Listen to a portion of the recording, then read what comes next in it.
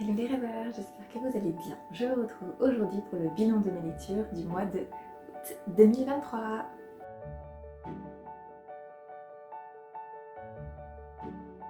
J'aurais voulu tourner cette vidéo la semaine dernière, mais ça ne s'est pas fait, donc je vous retrouve aujourd'hui. On dirait que j'ai une semaine de retard, je suis quand même dans les temps. J'ai 16 bouquins à vous présenter pour le mois d'août. Ça a été un mois assez calme, notamment parce que j'ai lu des assez gros bouquins et que je me suis surtout focalisée sur la fin de ma réécriture que j'ai pu du coup terminer avant le début de mon congé maternité, qui était le 28 août. Je vais donc vous présenter, comme d'habitude, toutes mes lectures bien éclectiques de ce mois. Je vous avais laissé le mois dernier avec deux ouvrages. D'abord, il y a eu la version audio en fait du livre de Jane Austen, Orgueil et Préjugés, lu par, attendez, je retrouve ça, Evelyn Lecuq, qui est toujours une excellente lecture. Je suis vraiment fan d'Orgueil et Préjugés, ça faisait longtemps que je ne l'avais pas lu. La narration était vraiment chouette, bref, une très chouette immersion avec ce retour entre Elisabeth et Darcy, c'est toujours... ouais, c'est trop bien. Il n'y a pas grand chose de plus à dire, c'est un classique, c'est une relecture, donc voilà, je peux que vous la conseiller, cette version-là en tout cas est très chouette. Ensuite, je vous avais laissé aussi avec Une vie bouleversée de Etty Hillesum, donc c'est son journal, le journal de cette jeune femme de 30 ans qui, pendant la guerre, effectivement, jeune femme juive, va être déportée. Et en fait, on la suit au début de la guerre, oui, effectivement, au début de la guerre, dans son journal intime, qui n'a rien à voir avec celui d'Anne Frank parce qu'elle ne s'est pas cachée, mais en fait, effectivement, c'est tout son voyage intérieur, tout ce qu'elle a réfléchi sur la portée de la vie. Voilà, c'est vraiment un journal, on dirait presque très spirituel, qui est suivi ensuite des lettres qu'elle a écrites depuis le camp de travail, le camp de Westerbork. Donc aux Pays-Bas, c'est une jeune femme aux Pays-Bas. Je dois avouer que j'étais assez curieuse en fait de lire ce bouquin parce que j'en avais entendu parler dans des podcasts par d'autres auteurs en fait et que j'ai souvent vu des citations, donc ça m'a rendue curieuse. Je suis toujours un petit peu gênée de lire un journal intime quand ça n'est pas de la fiction parce que vraiment c'est intime justement et on rentre dans l'intimité, vraiment le secret en fait intérieur de la personne et je suis toujours un petit peu gênée par rapport à ça. D'autant que Etty Hillesum a une vie assez... elle a un jugement sur elle-même qui est déjà assez dur. Et effectivement, elle est au départ très... elle a une vie qui est très... comment vous dire ça? Je dirais pas palpitante, mais elle a eu plusieurs amants, elle en a aucune honte. Donc quand on n'a pas le même point de vue qu'elle, au départ ça peut être un peu surprenant. Elle explique sans phare dans son journal ce qu'elle vit, ce qu'elle ressent. Donc parfois aussi, effectivement, c'est un petit peu... Enfin, pour moi, ça a été un petit peu perturbant, encore une fois, parce que j'ai l'impression d'être un peu voyeuse. Mais il y a de très jolies réflexions effectivement sur la spiritualité parce que son parcours va l'amener effectivement à comprendre, à comprendre qui est Dieu. Ce qui peut être un peu perturbant, ce qui a été pour moi mon cas, c'est que du coup elle ne se rattache ni à la religion juive ni à aucune religion. C'est une idée de Dieu qui lui est vraiment propre et il y a pourtant des éclats qui sont magnifiques puisqu'elle se refuse à la haine, tout ça. Donc c'est un ouvrage, je pense qu'il est très intéressant de lire.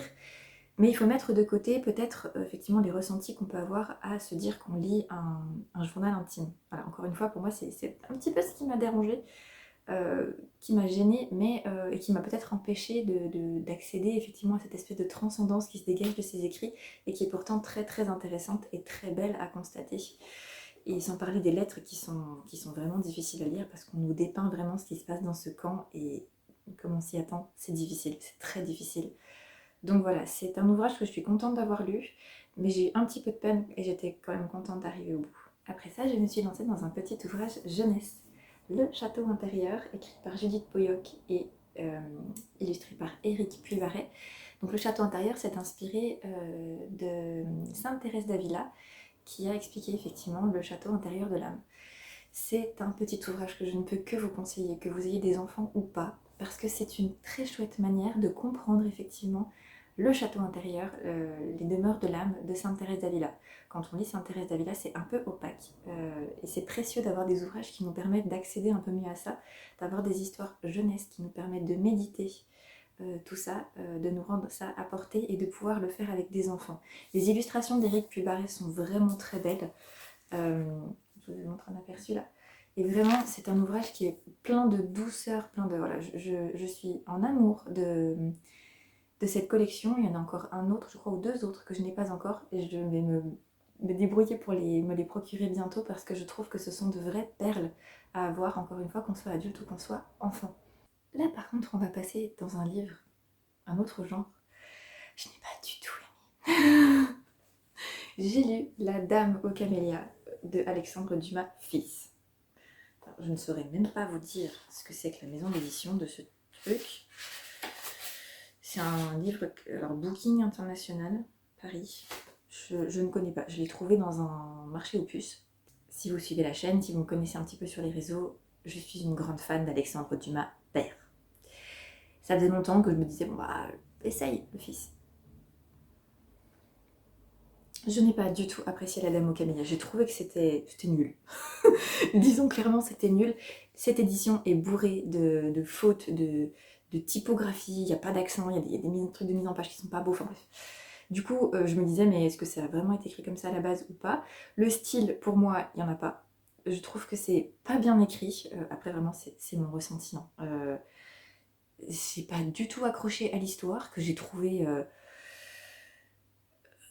Enfin, je sais pas, je l'ai trouvé pathétique, je crois. Je crois que c'est le mot, et peut-être que c'était voulu, c'est la période romantique, tout ça, mais vraiment, je n'ai pas du tout adhéré à La Dame aux camélias par rapport à Alexandre Dumas.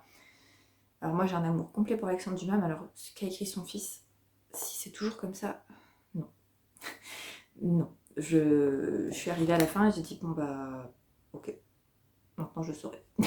Je vais pas m'attarder là-dessus, mais pour moi, non. Juste non. Comme d'habitude, changement de genre. Ensuite, j'ai lu Baby Jane à Broadway de Ahava Sorarouf aux éditions de Charleston. Donc c'est le coup de cœur du prix du livre romantique. Donc ça, j'ai eu envie de le lire parce que c'était les éditions de Charleston et que je sais qu'ils ont des personnages qui ont une évolution psychologique qui est vraiment travaillée. Et effectivement, c'est tout un travail qui a été fait sur le personnage de Baby Jane, enfin pardon, de Tess, qui a vécu un traumatisme et qui du coup essaye de s'en sortir, de redevenir la femme qu'elle était avant et d'incarner du coup le personnage de Baby Jane dans une troupe qu'elle va intégrer un peu, je dirais pas par hasard, mais avec plusieurs quiproquos, en forçant un petit peu, et son évolution est hyper intéressante à suivre.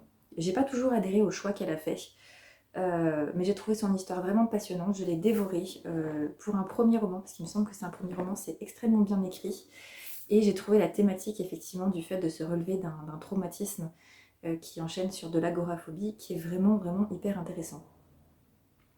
L'univers effectivement de la comédie, du burlesque est plutôt intéressant aussi.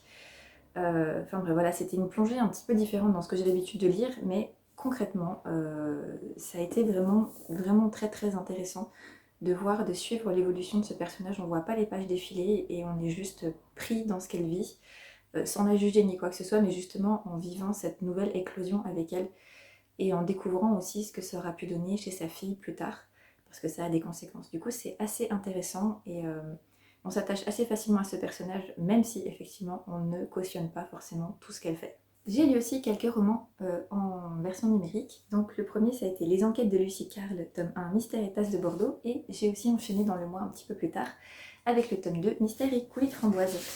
Alors, les deux se sont lus assez rapidement, surtout le 1 que j'ai trouvé, voilà, on avait l'impression qu'il y avait tous les ingrédients un peu parfaits pour faire un cozy mystery où on va s'attacher en fait au personnage. Petit plus, c'est que ce cozy mystery se passe au 19e siècle, si je ne me trompe pas. Du coup, ça donne des situations assez cocasses et ça fait un côté historique qui n'est pas à négliger et qui est même au contraire vraiment très intéressant. On a le personnage de Lucie Carle, en fait, qui est la sœur du curé du village et qui va devenir en fait sa bonne. Elle est veuve et en fait il va se produire des choses dans le village où elle vient d'emménager et elle va résoudre voilà, les enquêtes. C'est plutôt intéressant, j'ai un peu moins apprécié le tome 2 parce on était un peu plus dans l'introspection et peut-être que j'avais moins besoin de ça, pardon. Mais j'ai trouvé quand même les deux histoires vraiment hyper intéressantes, surtout dans la manière dont elles sont construites. Je trouve que le Cozy Mystery est un genre assez sympa et le personnage de Lucie est un personnage auquel on s'attache assez facilement. Donc voilà, ça se lit très bien. Et puis voilà quoi, c'est une jolie découverte et je suis assez curieuse de voir ce que donnera le tome 3. Parlons maintenant d'un autre roman qui m'a pas du tout, auquel j'ai pas du tout adhéré. Il s'agit du livre Le temps de faire sécher un cœur de Émilie Rigère aux éditions Pocket. C'est une amie à moi qui me l'avait offert. Je pense aussi parce que c'était le prix Feel Good Femme Actuelle présidé par Gilles Le Gardinier, et du coup moi aussi ça m'a un petit peu interpellée. En plus c'était marqué un véritable trésor, voilà. Il était encensé sur les commentaires qui sont mis sur le livre, et j'ai pas compris. Je n'ai pas compris en quoi ce livre est un roman de feel good. Pour moi, il est juste malsain. Je suis désolée. Il y a beaucoup de choses dedans qui m'ont dérangée, qui m'ont fait me sentir pas bien du coup pendant ma lecture. Au moment où je me disais que enfin le héros allait avoir, après son tragique accident, allait pouvoir repartir sur de nouvelles bases, et ben non, en fait, il revient sur l'étape d'avant et ça provoque des remous incroyables qui sont... Voilà. Après, la plume de l'auteur est extrêmement vivante, extrêmement puissante, et ça, il faut pas le retirer, elle écrit vraiment très bien. Mais du coup, c'est brut, c'est même brutal, voire même violent selon ce qu'elle décrit, à tel point que des fois, on se dit, mais waouh, justement, c'est trop fort, c'est trop... Moi, je me sentais pas bien. Et j'ai eu du mal, je me suis à la fois attachée aux personnages, parce qu'ils sont montrés dans toute leur faiblesse, dans tout ce qui ne va pas, et dans leur envie, dans leur espoir de remonter, et en même temps, j'adhérais pas du tout au choix qu'ils faisaient, donc c'était un petit peu difficile, et encore une fois, voilà, je comprends pas les expressions de trésor, de livres feel good, parce que je me retrouvais pas dans une littérature feel good, je me suis pas sentie bien à la fin. Au contraire, je me suis dit, mais en fait, je pense que j'étais pas le bon public, même si c'était encore une fois très très bien écrit, et qu'on trouve une part d'humanité qui est vraiment à vif, en fait, dans cette histoire. Après ça, j'ai retrouvé avec bonheur la plume de Blanche Strebe, donc dans son nouvel essai Grâce à l'émerveillement, aux éditions Salvator, qui parle cette fois-ci du don de science. C'est la collection que je vous ai déjà présentée avec le don de crainte, la crainte de Dieu avec Martin Stephens, et là on a le don de science. Et c'est un livre que j'ai lu assez rapidement aussi. Blanche Trèbe a une plume effectivement qui est assez, qui nous embarque assez facilement. Et j'ai été assez amusée quelque part de voir comme quoi chaque auteur garde sa spécificité pour parler du don en fait qui est de l'esprit qui lui est présenté. Avec Martin Stephens, on avait effectivement une réflexion plus philosophique puisque c'est un philosophe. Ici, on a vraiment effectivement dans le don de science cette réflexion que Blanche Trèbe a par rapport à tout son combat pour Alliance Vita, pour la bioéthique, pour tout ça, tout ce qu'elle a vu. Et du coup, j'ai encore appris beaucoup de choses et ça m'a fait réfléchir effectivement sur ce qu'était le don de science. J'ai presque envie de le relire parce que j'ai peur de ne pas avoir tout retenu. Mais il y a de très très belles pistes de réflexion qui, encore une fois, voilà, me font mûrir, me font réfléchir aussi de mon côté. Et c'est exactement ce dont j'ai besoin, ce dont j'avais besoin en plus à ce moment-là. Donc voilà, et qui nous montre effectivement que le don de science est assez important. Enfin, j'aime bien voir déployer des choses en dehors de ce qu'on voit dans la catéchèse, donc je peux que vous le conseiller parce que il est très riche. Il est très riche et puis qu'il nous fait sortir un petit peu des sentiers battus de ce qu'on peut voir habituellement, même si du coup ça reste dans ce que Blanche Trèbe a l'habitude de nous proposer dans ses essais. Et ça c'était plutôt chouette, c'était aussi ce que je recherchais, donc un petit succès pour moi. Après ça, passage à un jeunesse que j'avais hâte de lire, le tome 2 de Juliette et la Grande Guerre, donc Le Réseau des Flandres de Anne Riolet aux éditions Plein Vent. L'ambiance est un petit peu différente par rapport au tome 1. Dans le tome 1, effectivement, on suivait Juliette qui fait partie en fait de l'équipage, si vous voulez, de Marie Curie, qui fait des radios sur les champs de bataille ou juste à côté.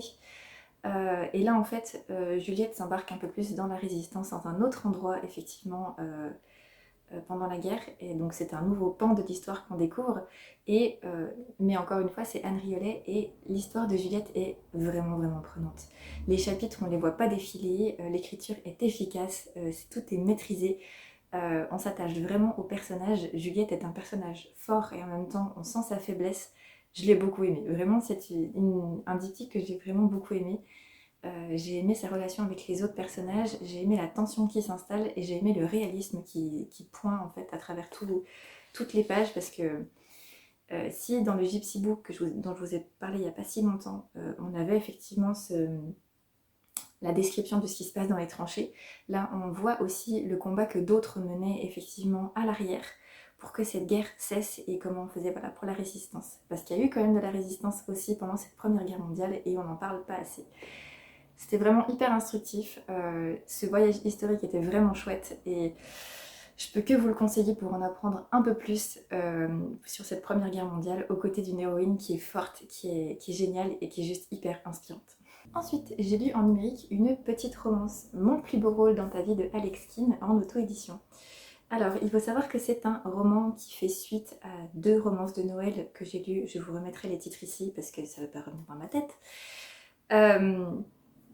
Mais qu'on peut tout à fait lire effectivement sans avoir lu ces 2 premiers tomes, même si je trouve qu'on savoure plus dans ce cas-là.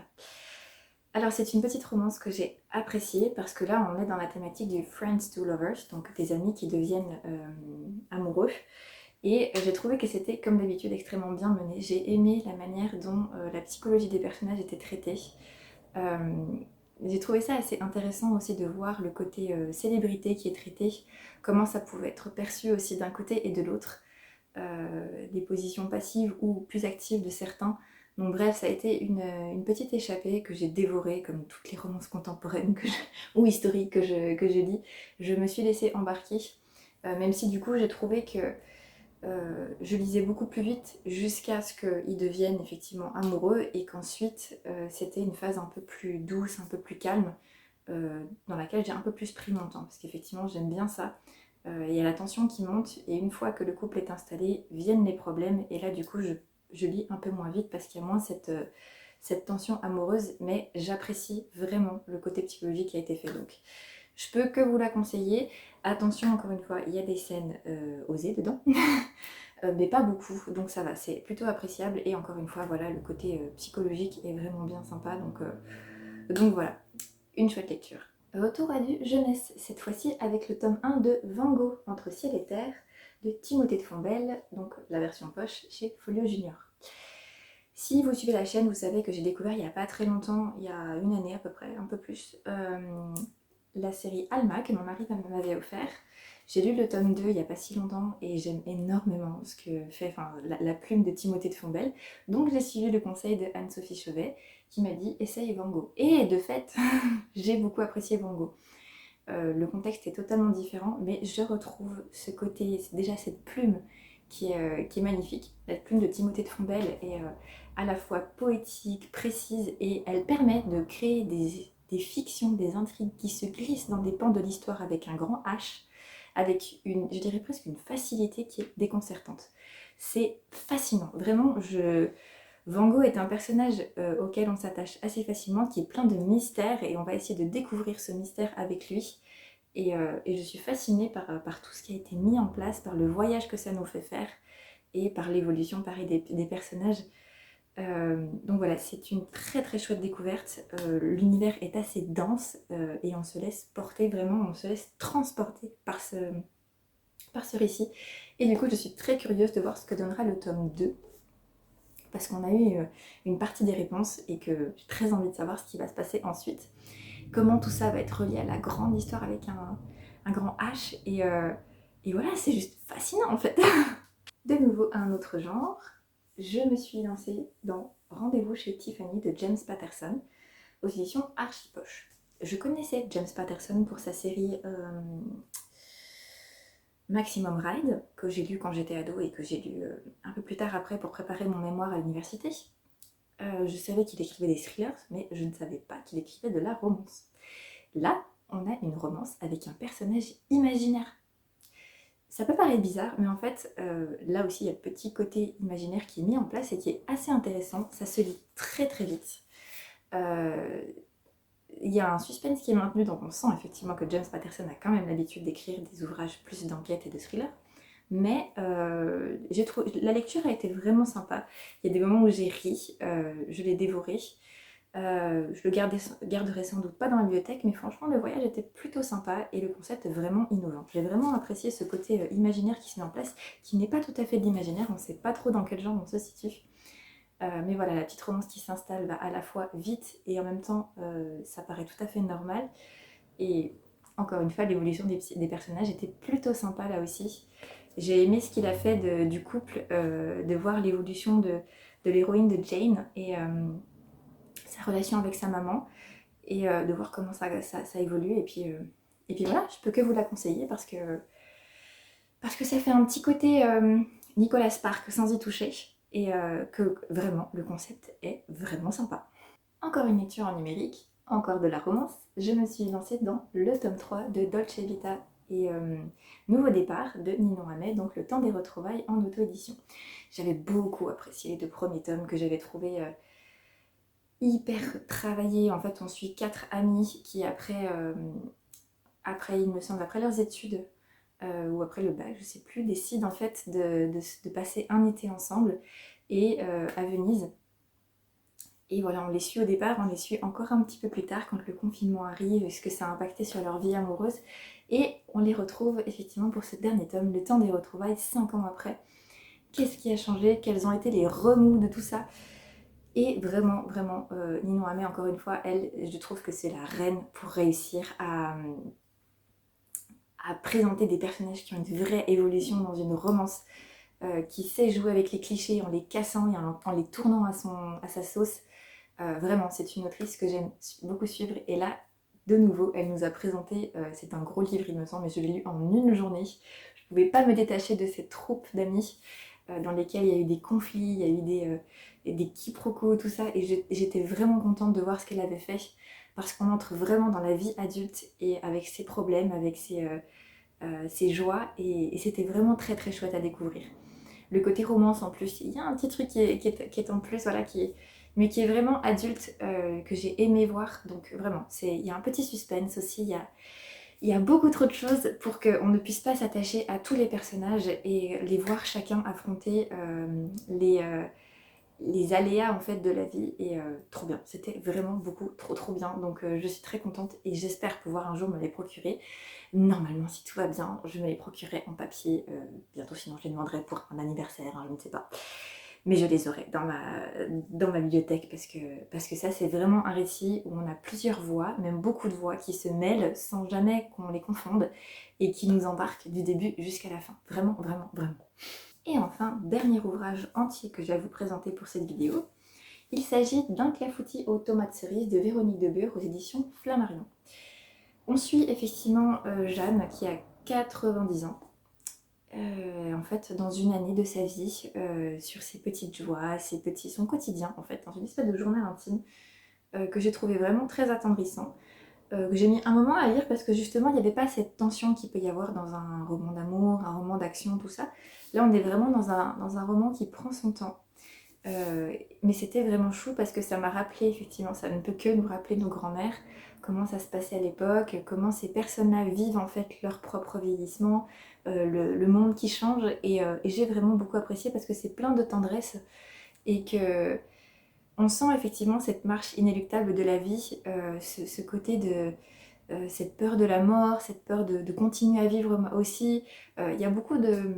Enfin voilà, je trouve que Véronique Debeure a vraiment réussi à se mettre dans la tête d'une personne âgée au seuil de sa vie et j'ai trouvé ça vraiment très très touchant. On peut retrouver pas mal de choses qu'on a pu voir effectivement si vous avez grandi à la campagne comme moi, de découvrir le jardin, les choses comme ça, enfin, ce qui peut vraiment animer la vie d'une personne et quels sont les contrastes qu'il y a pu y avoir effectivement entre sa génération qui était très campagnarde et toutes les technologies qui sont arrivées d'un seul coup, la manière de considérer les liens familiaux, tout ça, enfin voilà. Et même la manière de considérer les liens dans leur ensemble quand on vieillit. Il est très touchant, je suis vraiment contente de l'avoir lu, même si je suis un petit peu déçue de la manière dont la fin a été abordée parce que je n'avais plus du coup vraiment l'impression d'être dans un journal. Est-ce qu'on est dans un journal ou est-ce que c'est un journal de pensée du coup qui n'a pas été écrit? Enfin, voyez, je trouve que juste la fin était un tout petit peu abrupte et m'a un petit peu quelque part sortie du livre, ce qui n'était pas plus mal, hein, puisque c'était la fin. Mais voilà, je regrette juste un tout petit peu la manière dont la fin a été abordée, même si j'ai pas d'idée sur comment ça aurait dû être fait, hein. C'est juste que voilà, en tant que lectrice, je trouve ça un tout petit peu dommage parce que je ne sais plus dans quel genre je dois qualifier le roman. Mais c'était quand même une très chouette lecture et je peux que vous la conseiller si vous voulez découvrir un petit peu comment ça se passe dans la tête d'une personne âgée. Et enfin, du coup, dernière lecture, je vais vous faire un avis complet là-dessus puisque je l'ai terminé. J'ai lu Jésus de Jean-Christian Petit-Fils aux éditions du Livre de Poche.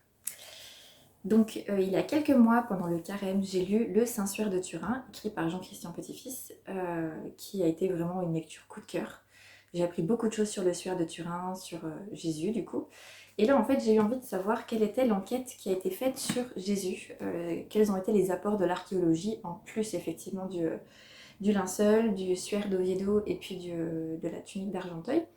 Et je n'ai pas du tout été déçue parce que j'ai appris beaucoup de choses, en tout cas, sur le contexte culturel de l'époque de Jésus, comment ils pouvaient être vraiment considérés, qu'est-ce que les études aussi sur les évangiles en fait nous apportent, leur origine, les textes, voilà. Il y a eu vraiment des choses hyper intéressantes et pas mal de déductions logiques aussi qui sont vraiment intéressantes à suivre. J'ai mis vraiment du temps à le lire, je crois que j'ai mis une dizaine de jours parce que pareil, là c'est plus un essai, une étude, donc il n'y a pas cette tension à vouloir découvrir la suite qui peut nous entraîner effectivement dans un roman. Mais du coup j'ai vraiment pris le temps de découvrir ce qui nous apprenait et du coup je ne regarde plus Jésus, en tout cas le Jésus historique de la même manière. Ça étaye ma réflexion quand je lis la Bible, ça étaye ma réflexion aussi quand je dois parler de Jésus, comment je dois le considérer aussi. Donc c'est vraiment une réflexion hyper intéressante. On a droit aussi à beaucoup d'annexes, pour vous dire, les annexes représentent ça en fait du bouquin. Mais elles n'en sont pas moins intéressantes parce qu'effectivement on explique qui était par exemple Jean l'évangéliste, qui n'était pas Jean le fils de Zébédée. On a aussi l'explication sur les évangiles synoptiques, quand est-ce qu'ils ont été écrits, les manuscrits de la mer morte, et effectivement le passage que j'ai un peu survolé, les reliques de la Passion, puisque j'avais déjà lu beaucoup de choses dans le livre sur le Saint-Suaire. Donc c'est un ouvrage que je peux que vous recommander, parce qu'il est vraiment intéressant, qu'on apprend beaucoup de choses, et puis qu'on casse peut-être justement les idées qu'on peut avoir sur des associations qui se sont transmises effectivement un petit peu de génération en génération, et qui sont parfois fausses ou pas. Et voilà, ce sera tout pour cette nouvelle vidéo. J'étais bien contente de la tourner, de vous présenter toutes ces nouvelles lectures. C'est la rentrée littéraire, j'ai reçu déjà beaucoup de choses. J'avais réussi à vider un peu ma pile à lire, j'étais très contente, je crois que j'ai descendu à 2 ou 3 bouquins. Et là, les réceptions s'entassent dans ma boîte aux lettres, donc je devrais avoir beaucoup de choses à vous présenter dans les prochains mois. J'ai déjà 1, 2, 3, 4, 5, 6, 7 bouquins à vous présenter pour le mois de septembre. Voilà. Je ne sais pas du tout quand est-ce que je pourrai tourner la prochaine vidéo, puisque, si vous ne le saviez pas encore, effectivement, j'ai annoncé sur la chaîne que j'étais enceinte de notre deuxième enfant. Le terme est pour début octobre, donc comme j'arrive dans les dernières semaines, je peux approximativement accoucher en fait n'importe quand, jusqu'à début octobre. Donc on verra bien. J'essaie de revenir en début de mois, sinon eh bien, il faudra user d'un petit peu de patience, mais je vous tiendrai au courant, que ce soit dans un réel, dans un post. Surveillez la chaîne, surveillez les réseaux. Et je vous remercie encore une fois d'être là. Le nombre d'abonnés grimpe un petit peu tous les jours grâce aux shorts que je poste. Je vous spamme un petit peu pour ceux qui ont l'habitude de regarder que les bilans. Et bien désolé, je vous spamme. Je teste un petit peu des choses pour voir effectivement si ça ravive la chaîne et tout ça. Donc pardon si ça vous dérange. Merci à tous ceux qui sont là, à tous ceux qui restent, qui sont fidèles. Merci de vos commentaires. J'essaie de répondre assez rapidement. Pardon si je ne le fais pas.